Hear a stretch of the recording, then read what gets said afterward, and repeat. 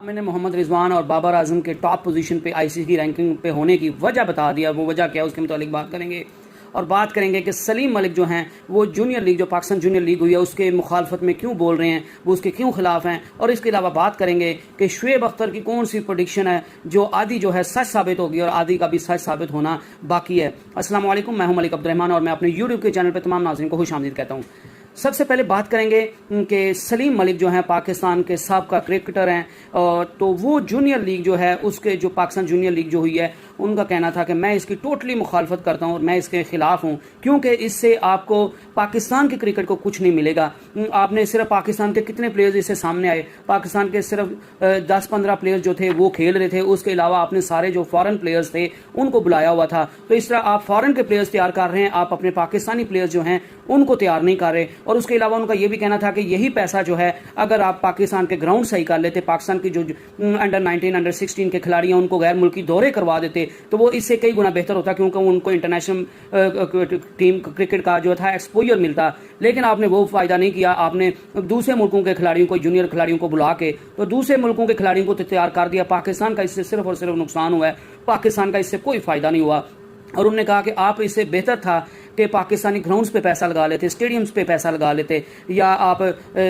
बाहर के दौरे करवा लेते इन जूनियर प्लेयर्स को, तो उसका इससे ज़्यादा फायदा होता। और उन्होंने कहा कि पीजीएल जो है पाकिस्तान जूनियर लीग, इससे बेहतर था कि आप 50 ओवर का T20 करवाने के बजाय अगर आप 50 ओवर का करवा लेते तो वो इससे कई गुना बेहतर होता, या आप 4 डे के मैचेस करवा लेते, वो भी इससे कई गुना बेहतर होता। क्योंकि आपको खुद अंदाज़ा लगाना चाहिए कि आप बाबर आजम जैसे प्लेयर पाकिस्तानी क्रिकेट टीम को देना चाहते हैं, या आसिफ अली, इफ्तिखार अहमद, खुश दिलशाह जो 1-2 बॉल खेल के आउट हो जाते हैं और वो उन सिर्फ हिटर हैं कि लग गई तो लग गई, नहीं तो आउट हो गए वापस चले जाते हैं। या आप बाबर आजम जैसे क्लास के प्लेयर तैयार करना चाहते हैं, तो अगर आप बाबर आजम जैसे क्लास के प्लेयर तैयार करना चाहते हैं तो वो आपको 50 ओवर के मैच खिला के खिलाड़ी मिलेंगे। जब उनकी सही जो उनकी स्किल्स हैं उनको सही तरह टेस्ट किया जाएगा, उनकी फिटनेस को सही तरह टेस्ट होगी, तो उसके बाद ही आपको 4 दिन वो खेलेंगे, तो उसके बाद ही आपको बाबर आजम जैसा प्लेयर मिलेगा। नहीं तो T20 में तो आपको आसिफ, इफ्तिखार अहमद, हैदर अली, खुश दिलशाह जैसे प्लेयर मिलेंगे जो पाकिस्तान के क्रिकेट का अभी भी बेड़ा गर्क कर रहे हैं। तो उनका यह भी मजीद कहना था कि अगर आप T20 जो आपने लोगों को पाकिस्तान जूनियर लीग करवाई है,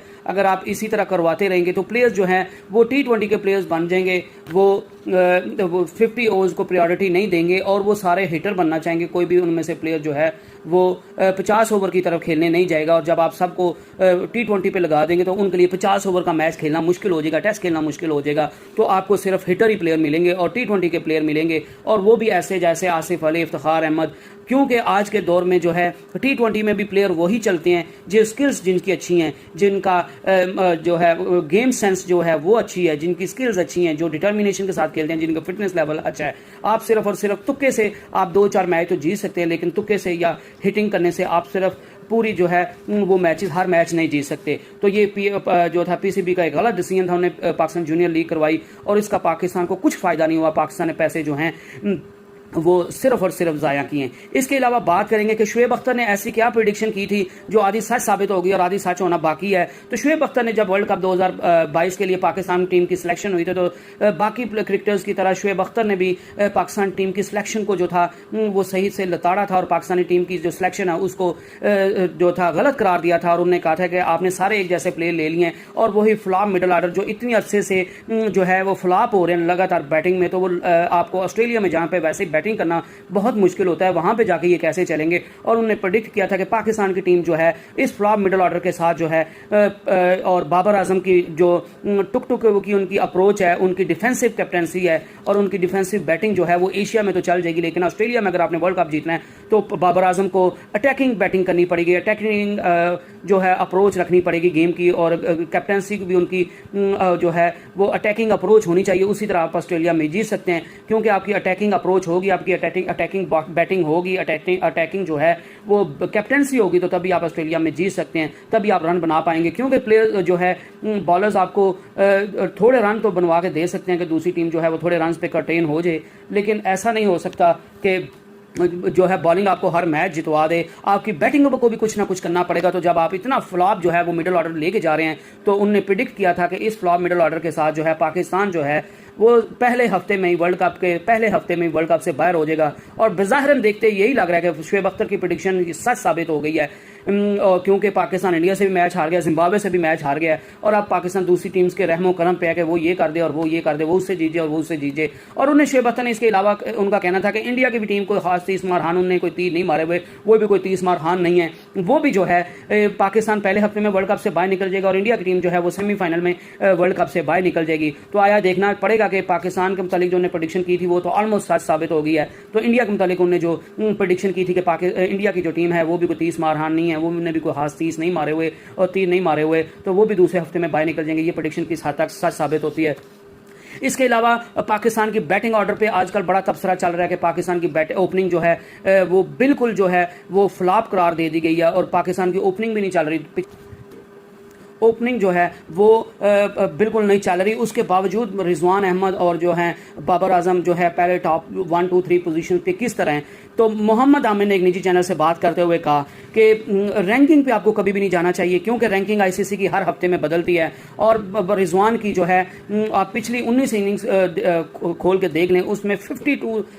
उसमें 19 इनिंग्स में 11 बार उन्होंने ओपनिंग जो है वो उसमें उनका बुरा स्टार्ट हुआ है और जो है 3 बार सिर्फ उन्होंने 200 प्लस के स्ट्राइक से इनिंग स्टार्ट की है। और उनका यह भी मजीद भी कहना था कि जब आप 40 में से 45 मैच जो हैं वो खुद खेलेंगे, मतलब कि हर मैच आप खुद खेलेंगे, तो फिर आप किसी में 20 बनाएंगे, किसी में 35 बनाएंगे, किसी में 50 बनाएंगे, तो आप ऑलमोस्ट हर मैच जब खेलेंगे तो आप रैंकिंग में टॉप पे आ ही जाएंगे। इसमें कोई बड़ी बात नहीं, और आईसीसी की रैंकिंग पे नहीं जाना चाहिए क्योंकि अगर प्लेयर्स आपको मैच नहीं जितवा रहे, क्रूशियल मैच नहीं जितवा रहे, तो उसकी आईसीसी के नंबर 1 और 2 या 3 होने का कोई फायदा नहीं जब आप पाकिस्तान की टीम को मैच नहीं जितवा पा रहे। उनका मजीद कहना था कि जोस बटलर वो नंबर 1 पे क्यों नहीं आते, डिकॉक की उन्होंने मिसाल दी कि वो इतने कमाल का प्लेयर हैं, हार्ड हिटर हैं, वो क्यों ओपनर आते हैं, वो क्यों नहीं आते नंबर 1 की पोजीशन पे आते, डेविड मिलर क्यों नहीं नंबर 1 पोजीशन पे आते, मार्करम जो हैं वो क्यों नहीं नंबर 1 पोजीशन पे आते, लिविंगस्टन जो हैं वो नंबर 1 पे क्यों नहीं आते। उनका कहना था कि जोस बटलर, डिकॉक, मिलर जैसे, मार्करम जैसे प्लेयर जो हैं वो जब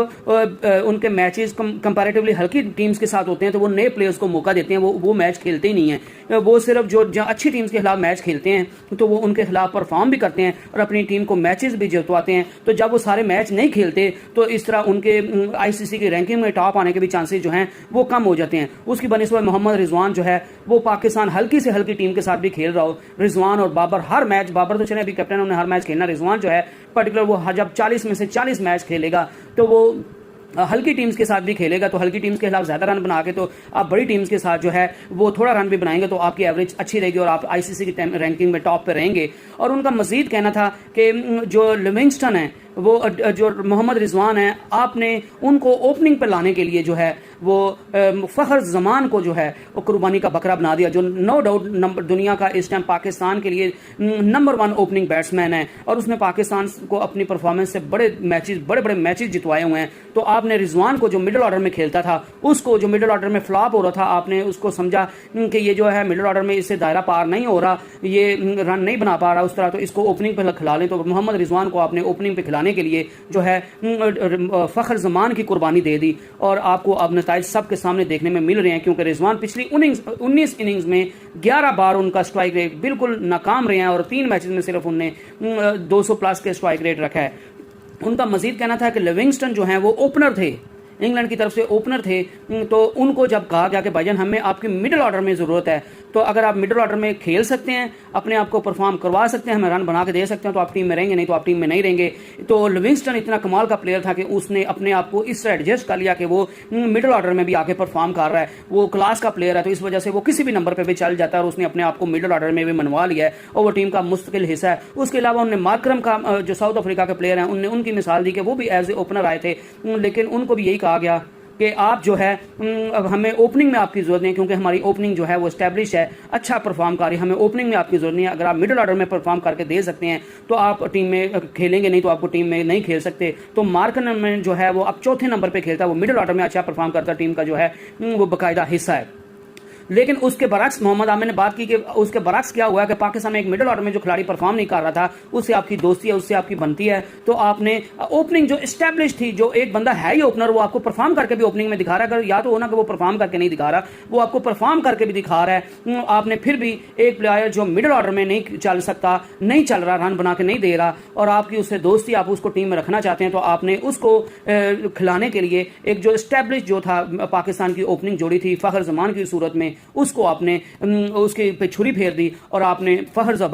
जमान जो थे उसको कुर्बानी का बकरा बना दिया है, जो कि बिल्कुल गलत है। क्योंकि मोहम्मद रिजवान को, पाकिस्तान को जो है मिडिल ऑर्डर में ज़रूरत है प्लेयर्स की। तो जब आप मिडिल ऑर्डर के प्लेयर्स को भी अपनी ज़ाती दोस्ती, अपनी ज़ाती अना की वजह से उनको भी ओपनर जो बिल्कुल एस्टैब्लिश है, रन बना के दे दिया ओपनिंग, आप उसको उसकी जगह पे ले जाएंगे तो आपसे फिर इसी टीम से इसी तरह के नतीजे आप निकलेंगे और आप फिर इसी तरह के नतीजे देखेंगे। इसी के साथ मैं आपसे इजाज़त चाहता हूँ कि